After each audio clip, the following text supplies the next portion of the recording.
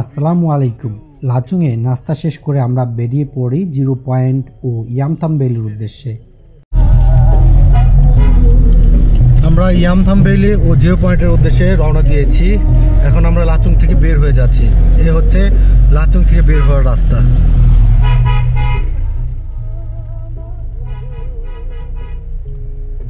এই ব্রিজটি দিয়েই লাচুংয়ে প্রবেশ করতে হয় এবং এই ব্রিজটি দিয়েই লাচুং থেকে ইয়ামথাম ভ্যালি ও জিরো পয়েন্টের উদ্দেশ্যে বের হয়ে যেতে হয়।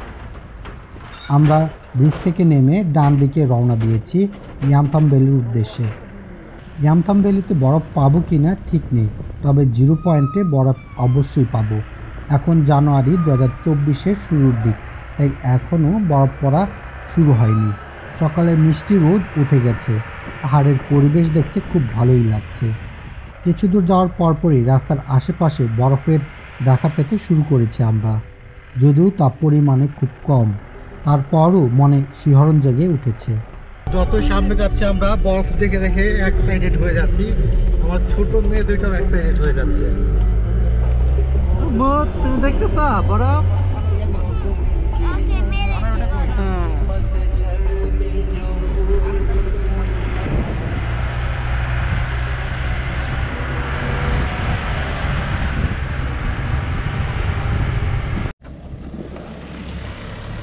আম্মু তুমি কি করতেছ?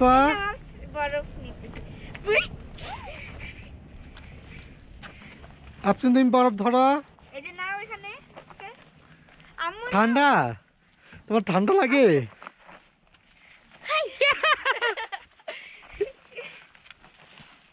নাও। আমার পা দুইটা বরফ হয়ে গেছে। এভাবে ঘষ ছবি তুলো। পা দিয়ে তাইলে বার হবে। যারা ফ্যামিলি নিয়ে ট্যুর দিতে চান আর যাদের এরকম ছোট বাচ্চা রয়েছে, তারা এই সময়টাকেই বেছে নিতে পারেন ট্যুর দেওয়ার জন্য, কারণ এই সময় স্কুল বন্ধ থাকে ও এই সময় শীত ও বরফ দুটাই কম থাকে।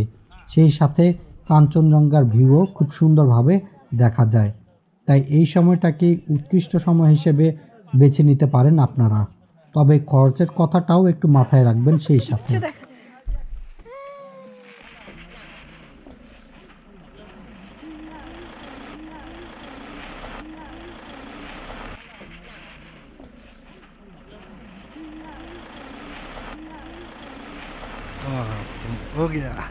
হ্যাঁ, যতই সামনের দিকে এগুচ্ছি ততই বরফের পরিমাণ বাড়ছে।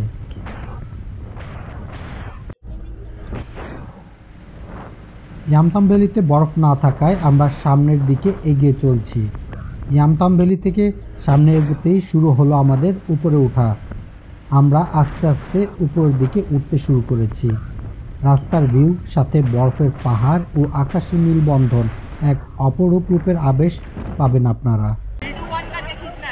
আমি এখন আছি রেলক ভিউ পয়েন্টে। এটা ইয়ামথাম ভ্যালি থেকে একটু সামনে অবস্থিত, আর জিরো পয়েন্ট থেকে ঠিক মাঝামাঝি অবস্থিত এই পয়েন্টটা। এই পয়েন্ট থেকে ইয়ামথাম ভ্যালিটা স্পষ্ট দেখা যায়। আমার পিছে যে অংশটা দেখা যাচ্ছে সেটাই হচ্ছে ইয়ামথাম ভ্যালি।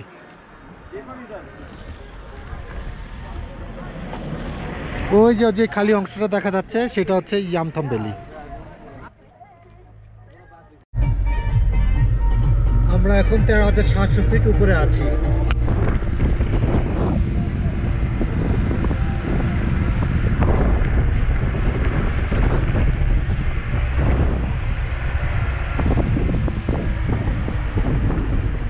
যখন বরফ বা স্নোফলের সময় হয় তখন ইয়ামথাম ভ্যালি পর্যন্তই আসা যায় না স্নোফলের কারণে।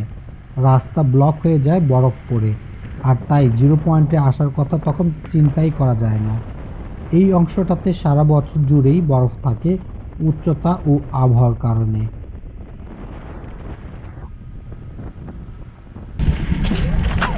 আমরা জিরো পয়েন্ট চলে এসেছি। এই হচ্ছে জিরো পয়েন্ট, আর নিচের দিকে হচ্ছে বরফ। আমরা 16,000 ফিট উপরে আছি এখন। শ্বাসকষ্ট তেমন একটা হচ্ছে না, তবে অনেক বাতাস আছে, ঠান্ডাটা প্রচুর আছে, কিন্তু বরফটা তুলনামূলক অনেক কম। আমার ঠান্ডা লাগতেছে। চলো আমরা একটু ভিতরের দিকে যাই। আরোহী আম্মু আসো, আম্মু আসো।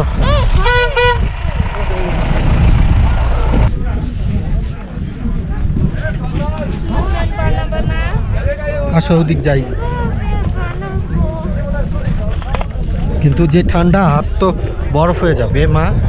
তোমরা স্নোম্যান বানাবা কিভাবে? হ্যাঁ, যদি ঠান্ডা সহ্য করতে পারো তাহলে স্নোম্যান বানাবা। হ্যাঁ,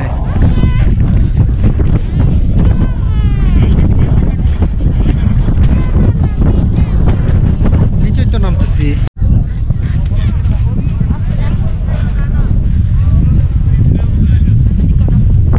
আম্মু কেমন বাতাস? অনেক ঠান্ডা বাতাস। আরোহী আম্মু কেমন ঠান্ডা? বেশি ঠান্ডা, আসলে অনেক বেশি ঠান্ডা। আর অনেক বাতাস বইতেছে, আসলে দাঁড়িয়ে থাকা যাচ্ছে না। আমরা কোনো রকম এইখানে দাঁড়িয়ে আছি, বেশিক্ষণ থাকবো না, আমরা চলে যাব।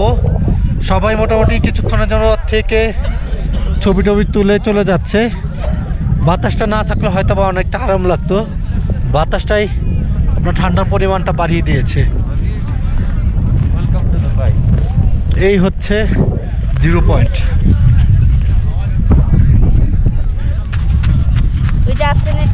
হ্যাঁ নাও একসাথে। চলো আস্তে করে মারো।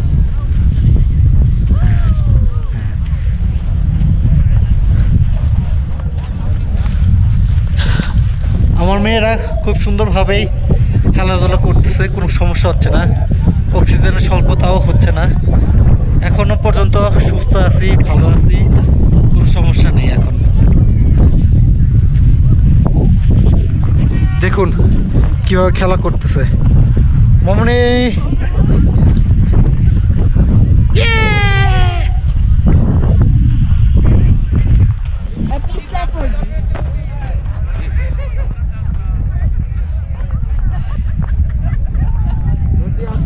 আসেন। কার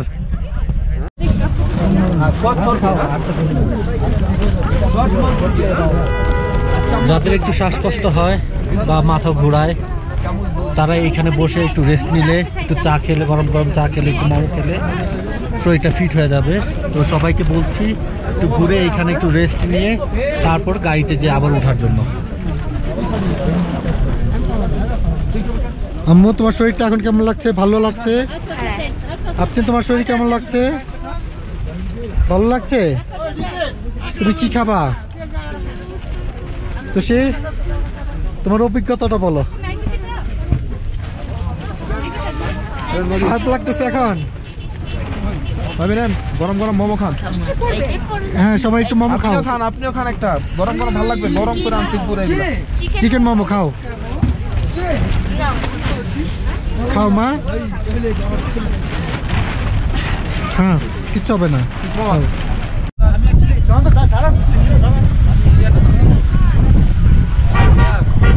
এই হচ্ছে 0 পয়েন্ট। আমরা 16,000 ফিট উপরে আছি।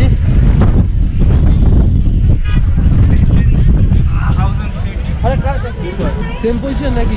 এই পয়েন্ট, এটা হচ্ছে সেই পয়েন্ট।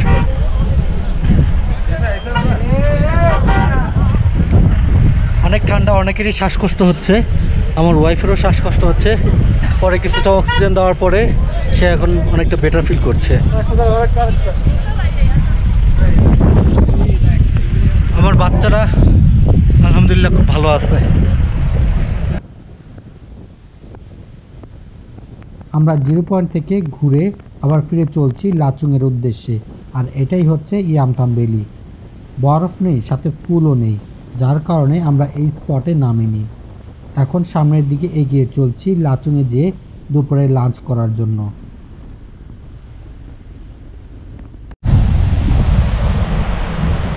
ইয়ামথাম ভ্যালি থেকে একটু সামনে একটা ব্রিজের এখানে সুন্দর একটা ঝর্ণা চলে এসেছে।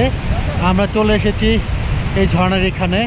সবাই এখান থেকে খাবার পানি সংগ্রহ করছে, আর ঠান্ডার কারণে বরফও জমে গেছে।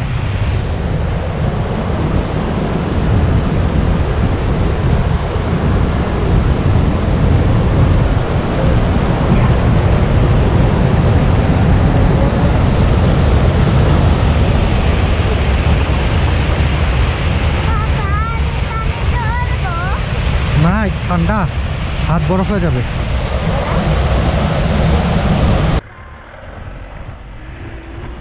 আমরা যখন লাচুং যাচ্ছি তখন দুপুর 2টা কি 3টা বাজবে। রাস্তায় ইয়াকগুলো চলে এসেছে খাবারের উদ্দেশ্যে। সূর্য হেলে পড়েছে পশ্চিম দিকে।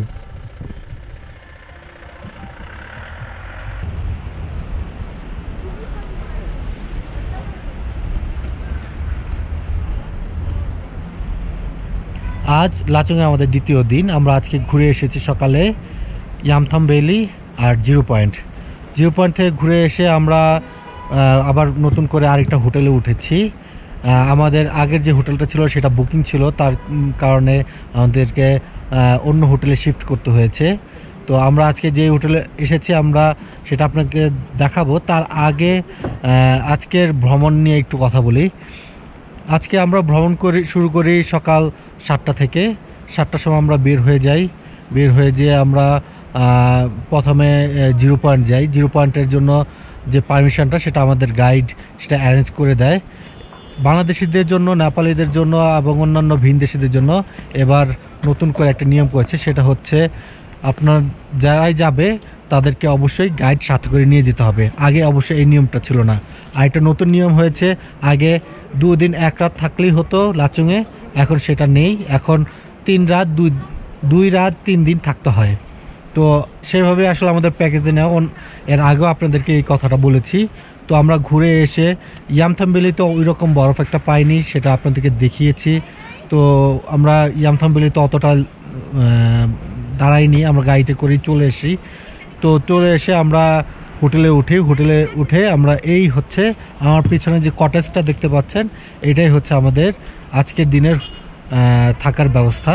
আমরা আজকে এখানে থাকবো আর কালকে ভোর 6টার সময় আমরা আবার গ্যাংটকের উদ্দেশ্যে বেরিয়ে পড়ব। চলুন আমাদের হোটেল কটেজটাকে একটু ঘুরে দেখে আসি।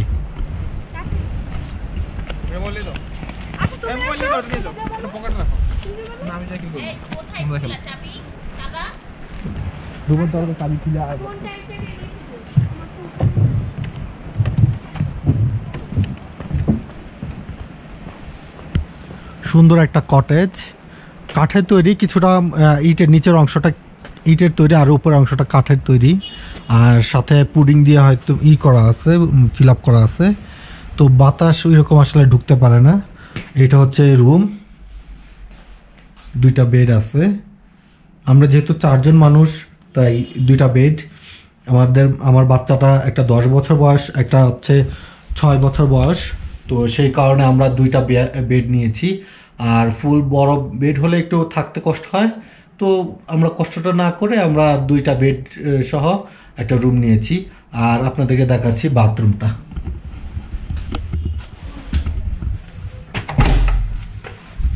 এটা হচ্ছে বাথরুমটা ক্লিন আছে, গিজারের ব্যবস্থা আছে, ভালোই সুন্দর আছে। আর কম্বল এখানে 3টে দেওয়া আছে, এই একটা, এই 2টা আর এই হচ্ছে 3টা। তো আশা করি তেমন একটা শীত লাগবে না, যদিও রাতের বেলা 1-এ চলে আসে, 2-এ চলে আসে। তো দেখা যাক কি হয়। আজকে আমরা কীভাবে রাত্রি যাপনটা করি সেটা থাকলেই আপনাদের সাথে শেয়ার করতে পারবো। শুভ সকাল। আমরা ভোর 6টা বাজে লাচুং থেকে রওনা দিয়েছি গ্যাংটকের উদ্দেশ্যে। আজকে আমাদের শেষ দিন। গ্যাংটকে যে পৌঁছাবো, গ্যাংটকে আজকে দিনে থাকবো, কালকে আবার সাঙ্গোলেকের উদ্দেশ্যে বের হব।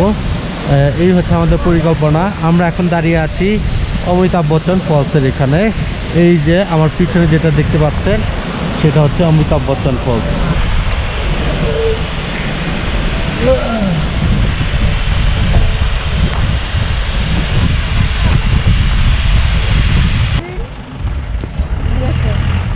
লাচুং থেকে গ্যাংটকে যাওয়ার পথে আমরা কাঞ্চনজঙ্ঘার সুন্দর একটা ভিউ পেয়ে গেছি। পুরো রাস্তাটা জুড়ে আমরা এই ভিউ দেখতে দেখতে যাচ্ছিলাম। তো এটা একটা ভিউ পয়েন্ট কাঞ্চনজঙ্ঘা দেখার। তো এইখানে কিছুক্ষণ দাঁড়িয়ে ছবি তুলে কাঞ্চনজঙ্ঘাটা দেখে আমরা আবার রওনা দিব গ্যাংটকের উদ্দেশ্যে। একটু পানি একটু ধরে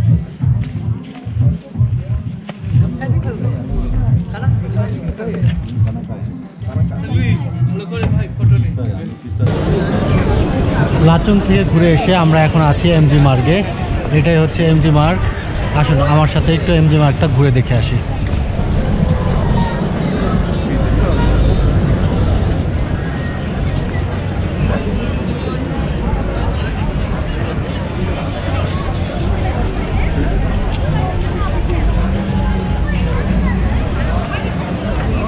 এই রাস্তাটা ধরে বেঞ্চগুলি এভাবে পাতা আছে বসার জন্য, কেউ ঘুরে টুরে কেনাকাটা করে এখানে বসে রেস্ট নিতে পারে। আর এই পাশটা দিয়ে গাড়ি চলা নিষিদ্ধ, অন্য পাশ দিয়ে গাড়ি চলতে পারে, এদিক দিয়ে চলতে পারে না। এমজি মার্গে অনেক ব্র্যান্ডের জুতার দোকান পেয়ে যাবেন আপনারা, চাইলে এখান থেকে শপিং করে নিতে পারেন। বাংলাদেশের তুলনায় এখানে দাম অনেক কম পাবেন। এমজি মার্গের আশেপাশে অনেক মার্কেট রয়েছে, সেখান থেকেও কমের মধ্যে অনেক শপিং করে নিতে পারবেন আপনারা। এখানকার কেক ও মিষ্টি খুবই ভালো, আপনারা চাইলে টেস্ট করে নিতে পারেন। তো আজকে এখানে বিদায় নিচ্ছি, দেখা হবে পরবর্তী পর্বে। ততদিন ভালো থাকবেন, সুস্থ থাকবেন, ধন্যবাদ।